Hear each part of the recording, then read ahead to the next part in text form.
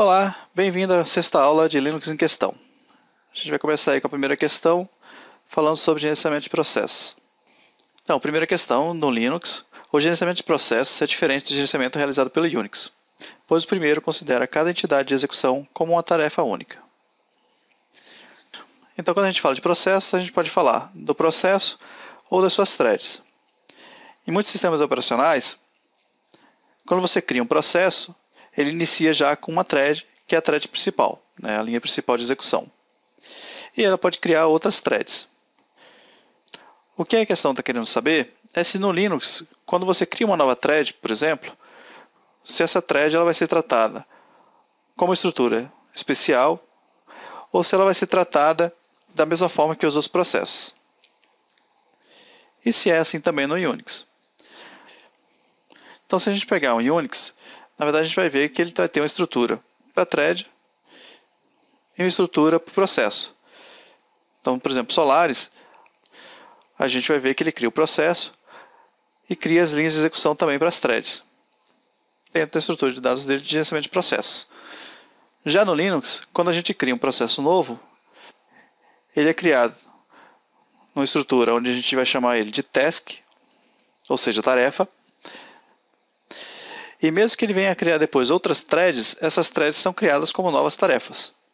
Então, no Linux, o que a gente tem é o conceito de tarefas, ou tasks, para o gerenciamento de processos. Então, uma thread não vai ser nada além de uma nova tarefa, só que com alguns recursos compartilhados. Com uma visão um pouco diferente de que alguns outros sistemas operacionais utilizam, onde você tem o processo com uma estrutura maior e a thread, que é uma estrutura mais enxuta. Então, a resposta aí da questão está correta, tá? Porque ele utiliza a mesma estrutura e configura essas tarefas para compartilhar acesso aos recursos, fazendo assim a implementação da thread. Questão número 2. O Linux, por ser multitarefa, permite que vários usuários possam executar o sistema operacional e, dessa forma, acessá-lo a partir de vários consoles ao mesmo tempo. A execução do comando PSAU apresenta os programas em execução, os respectivos recursos que estão sendo utilizados e cada usuário que ativou o sistema. Tá, então vamos dar uma olhada aí nesse comando PSAU. Tá, o PS é um comando de Process Snapshot. Então a gente está vendo, é um snapshot daquilo que está acontecendo na parte de processos. Então a gente vai ver alguns processos e ver algumas informações dele. No Linux, quando a gente lista os processos, a gente pode ver os nossos processos ou todos os processos. A gente pode também pedir para ver um processo de um usuário específico. E também tem processos que são separados por aqueles que estão vinculados ou não a terminais. Então, por exemplo, quando você loga, executa o comando, esse comando está vinculado ao terminal que você logou. E pode ter processos que estão rodando por trás que não estão vinculados a nenhum terminal. Então, algumas opções do PS são justamente para poder ver esses processos que estão vinculados ou não a terminais, ou processos de alguns usuários, ou todos os processos, além de outras opções também do que você vai ver de cada processo. Então, essa opção AU, nota que ela não tem o tracinho de menos antes, é um formato, na verdade, vinculado ao BSD, Unix BSD. No caso, se a gente for usar as opções de Unix vinculadas a um padrão, então a gente teria que usar a opção menos. Então, o que essa opção faz? A A vai servir para a gente ver todos os processos. E a U vai ser uma questão também de formatação.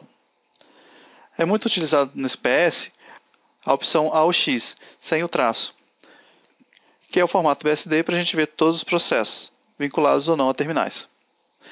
A gente teria uma opção similar usando, por exemplo, o "-ef", nas opções para Unix, embora alguns campos selecionados venham diferentes para essa opção.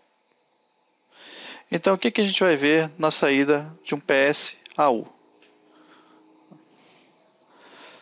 Então, a gente tem aí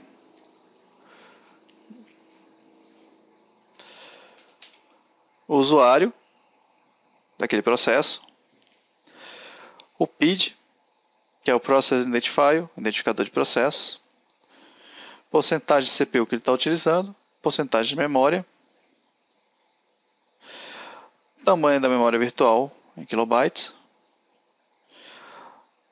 a memória residente, ou seja, aquela que está na memória, que como a gente tem o gerenciamento de memórias de paginação, algumas páginas podem estar em disco e outras residentes na memória. Então isso aqui é a quantidade em K que está residente em memória. Então, a gente está vendo aqui que ele está usando quase 6 MB de memória virtual e 628K que estão na memória. Terminal que ele está vinculado, o status desse processo. Aqui a gente está vendo que o PS está rodando. Vem aqui também informações de tempo e horário e o comando no final. Então nessa questão aqui, ele está perguntando o quê? Quando a gente executa PSAU, a gente vai ver programas em execução. Tudo bem, então aqui. Não todos os programas, que aqui estão só aqueles vinculados à terminal. Se ele quisesse ver também os que não estão vinculados ao terminal, ele teria que colocar o X. Os respectivos recursos que estão sendo utilizados. Ele está vendo aqui CPU e memória. E aqui o que está alocado na memória virtual e na memória residente. E cada usuário que ativou o sistema. Só que aqui a gente tem, são os usuários que estão rodando aqueles processos. Então seriam os donos do processo. Então não teria uma relação com cada usuário que ativou o sistema. Considerando também que a gente não tem uma interpretação muito boa para o que seria ativar o sistema. Talvez entrar, logar no sistema. Mas assim não seria o caso aqui. Que a gente está vendo os usuários que estão executando os processos. Então esse processo aqui, o PSAU, ele está sendo executado pelo root. Está sendo executado como root. Então os usuários que são mostrados aqui são os usuários relacionados à execução dos processos.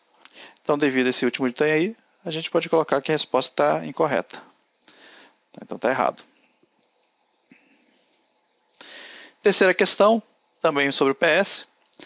O comando PSAUX tem a função de exibir todos os processos existentes, o nome do usuário que iniciou determinado processo e a hora que isso ocorreu, além dos processos que não estão associados a terminais. Então o PSAUX é o que a gente estava comentando antes, que mostra todos os processos, só que usando aí o formato BSD para as opções. Se a gente estivesse tratando aqui com menos AUX, a princípio o PS entenderia como sendo todos os processos do usuário X. E se não tivesse o usuário X no sistema, ele daria um alerta, mas ainda assim imprimiria na tela o resultado de uma operação de PSAUX, sem o menos.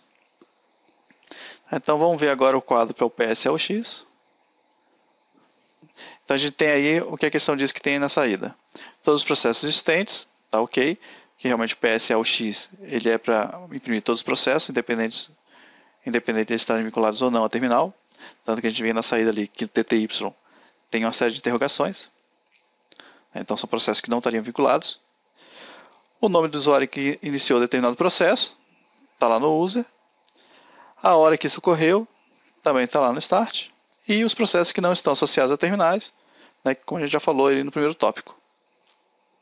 Tá, então nesse caso aqui, a gente vê duas questões de PS, né?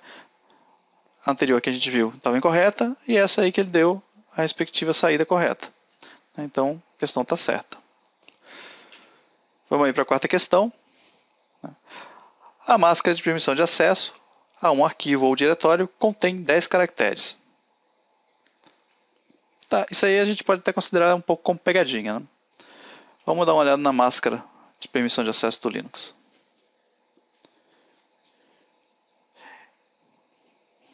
Tá, então a máscara que vai vinculado quando você dá um ls-l, por exemplo, apareceria na frente do arquivo essa máscara aí. Tá, então o primeiro ali fala pra gente o tipo de arquivo. Então, por exemplo, o D vai indicar que é um diretório. Tá, o L vai indicar que é um link. O C e o B são os tipos de arquivos especiais que podem ser de caractere ou bloco. Tá, isso aí é vinculado a devices, então dispositivos. Depois a gente tem mais 3 bits de permissão vinculados ao nodo no arquivo. Mais 3 bits de permissão vinculados ao grupo dono do arquivo. E os últimos 3 são para todos os outros que não estão naqueles grupos. Então todos os outros usuários. Então de permissão a gente tem 9, mas com a máscara também indicando qual é o tipo de arquivo, a gente teria 10. Então, no gabarito oficial, ele considera a máscara como todo esse conjunto. Então, a questão está correta. Então, a gente teria 10 caracteres na máscara de permissão, porque a gente incluiria também o tipo de arquivo logo no começo. Então, questão número 4 aí, correta. Questão número 5. O PID, o identificador de processo, é um recurso do Linux que permite a atribuição de um número de identificação de um processo no sistema, de forma a auxiliar o controle de execução de um programa ou de um comando. Tá, então, como a gente viu lá na saída do PS, a gente tinha um PID vinculado aos processos. Tá, e realmente ele é utilizado para poder identificar dentro do sistema um processo específico. Então a gente gerencia a partir daquele PID. Então a questão aí está correta. Sexta questão. Analisando a mudança de contexto de processo de uma máquina Linux, um dos analistas percebeu que uma chamada de sistema, uma system call, iniciou a execução de um programa específico no contexto do processo corrente, e em seguida substituiu o contexto atual pelo contexto inicial desse programa específico. Além disso, ele percebeu que a chamada de sistema empregada carregou todo o código do programa na memória principal antes de executá-lo. Nessa situação, é correto afirmar que o analista observou o funcionamento de uma chamada de sistema fork. Tá? Quando a gente vai criar um processo no Linux, a gente tem algumas formas de fazer isso, e uma delas é o fork. O fork, o que ele vai fazer é, no momento da chamada dele, ele vai clonar o processo para criar um processo filho, e dali para frente ele continua a execução do mesmo código do processo. Então a gente tem um texto do processo, ele está executando, chega num certo ponto, aparece um fork. Ele clona o processo filho, e é um processo exatamente igual àquele que iniciou a chamada do fork. E dali ele segue.